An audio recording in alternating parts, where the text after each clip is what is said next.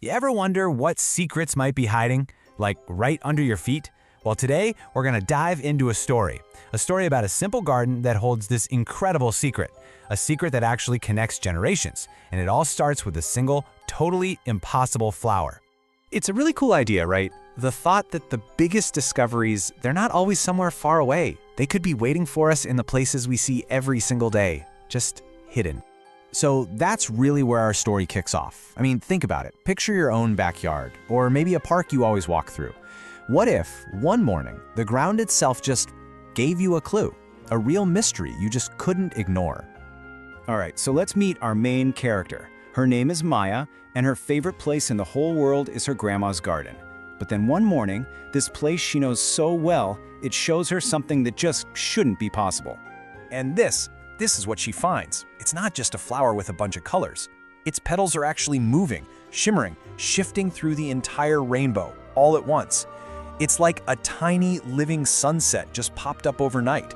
Absolutely beautiful, but, totally unnatural. Okay, and this is where things get really interesting. Maya shows it to her grandmother, who, well, she knows exactly what it is. And with just a few words, this impossible flower gets a name, the Wishbloom. And it gets a history, 60 years. Suddenly, this isn't just a weird flower anymore, it's a clue with a name. So, having a name is one thing, but it turns out there's a whole legend that goes with it. And just like that, Maya's on a mission. She has to figure out what this Wishbloom really means. And, why one just showed up in her garden, of all places, after all this time. And yeah, this changes everything, because the Wishbloom, it's not just some pretty flower. According to the legend, it's a marker. It's like a living signpost that's pointing to something that was lost a long, long time ago.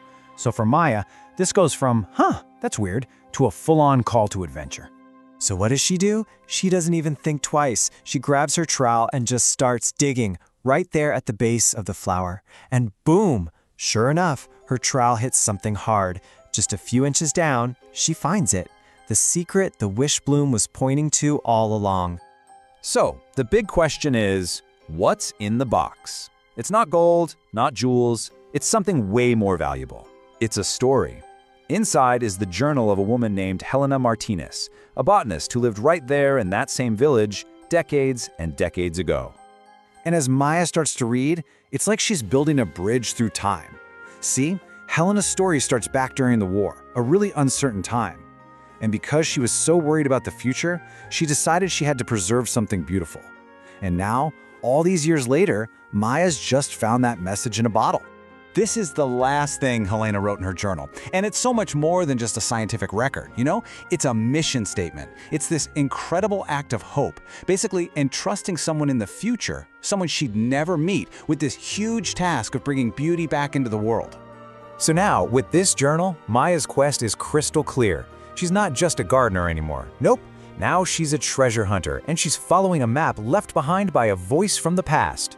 Helena's clues take Maya all over her own village, to all these landmarks she's seen a million times.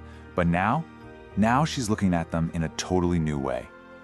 And at each spot, she finds another piece of Helena's legacy, another little packet of seeds, just waiting for someone to find them. And the flowers these seeds grow into, they're just, wow. They're not just rare, they feel almost magical. She finds morning glories that bloom in pure silver, poppies that actually glow softly in the dark. I mean, every discovery is somehow more incredible than the one before it.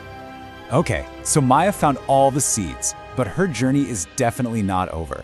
Because the real magic here wasn't just finding them, it's in the planting. It's about how this whole discovery is about to change not just her garden, but her entire life.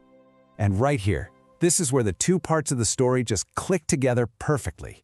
You have Helena's mission to preserve beauty, and decades later, you have Maya's mission to bring it back to life. She's not just putting seeds in the ground. She's fulfilling a promise that was made long, long before she was even born. The result? It's absolutely stunning.